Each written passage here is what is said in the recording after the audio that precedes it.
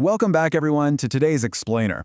So if you've ever felt a little, tripped up about how to show ownership in English, you are in the exact right place. Today, we're building a perfectly clear study guide on mastering the English possessive apostrophe s. We're going to break down exactly how to use the possessive with super simple, really memorable examples. My ultimate goal here is to make this incredibly easy for you to grasp, so you can start sounding way more natural and fluent literally right away. All right, here's our quick roadmap for today. 1. The English possessive. 2. Rule 1, single owner. 3. Rule 2, shared owners. 4. Watch out for the contraction. And 5. Vocabulary and practice. Let's get right into it. Section 1. The English possessive. To make this fun, let's set a little scene. We are officially detectives tracking down the notorious Smith sisters. And as you can tell about this police poster, they are dangerous. Now, to do our job and track them down, we need to be incredibly precise when describing their features, things like their hair and their eyes. And to do that accurately in English, we absolutely must master the possessive apostrophe s. Moving right along to Section 2.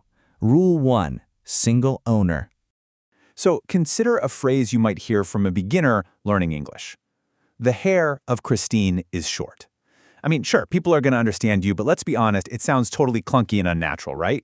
We can transform that sentence instantly to Christine's hair is short by simply taking the owner's name, Christine, and tacking on an apostrophe followed by an S. It completely changes the flow. It's direct, it's natural, and it means the exact same thing as her hair is short.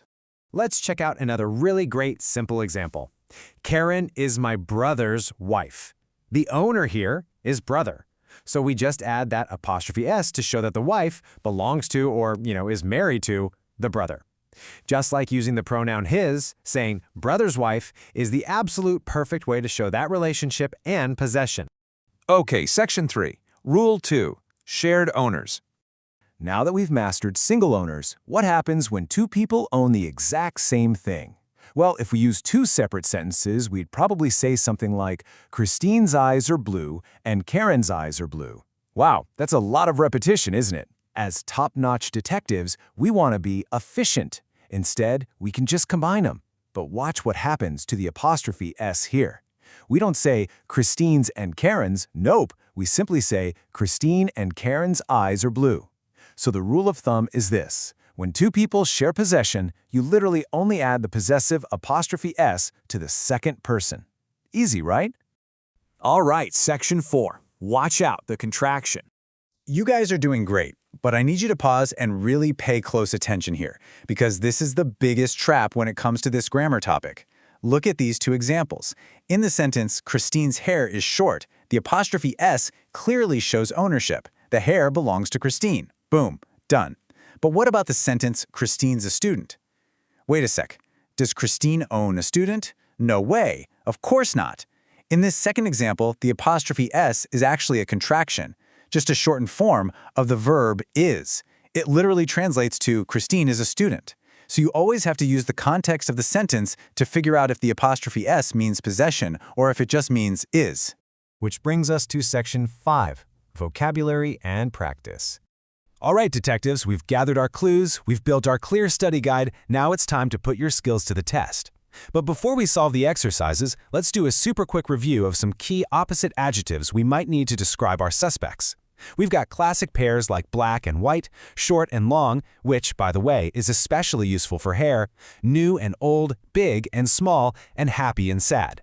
Keep these fresh in your mind for just a second. So here is our official evidence sheet. We are going to tackle a couple of these right now just to make absolutely sure you've mastered these rules with some simple examples. Let's start with exercise number 1. We have the sentence, his eyes are blue. So, I want you to change the pronoun his and instead use the specific name Paul. Think back to Rule 1. How do we write this sentence using the possessive S for Paul? Exactly. You got it. Paul's eyes are blue. We take the single owner, Paul, and simply add the apostrophe S. That is perfect command of Rule 1. All right, let's try something just a tiny bit more challenging. Let's skip to exercise 3. This one combines possession and our new opposite vocabulary. The sentence starts, my hair is short, but my sister...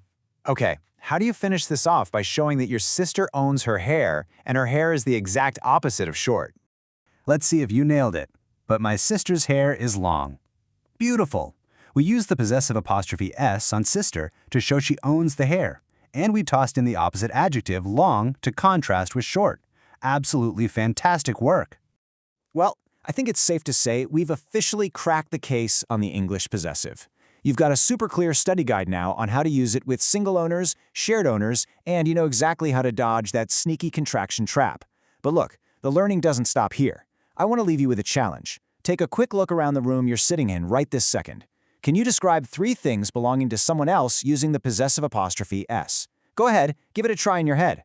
Now, if you found this explainer helpful and you want more of these clear, totally straightforward study guides, make sure to subscribe to my channel, American English Academy.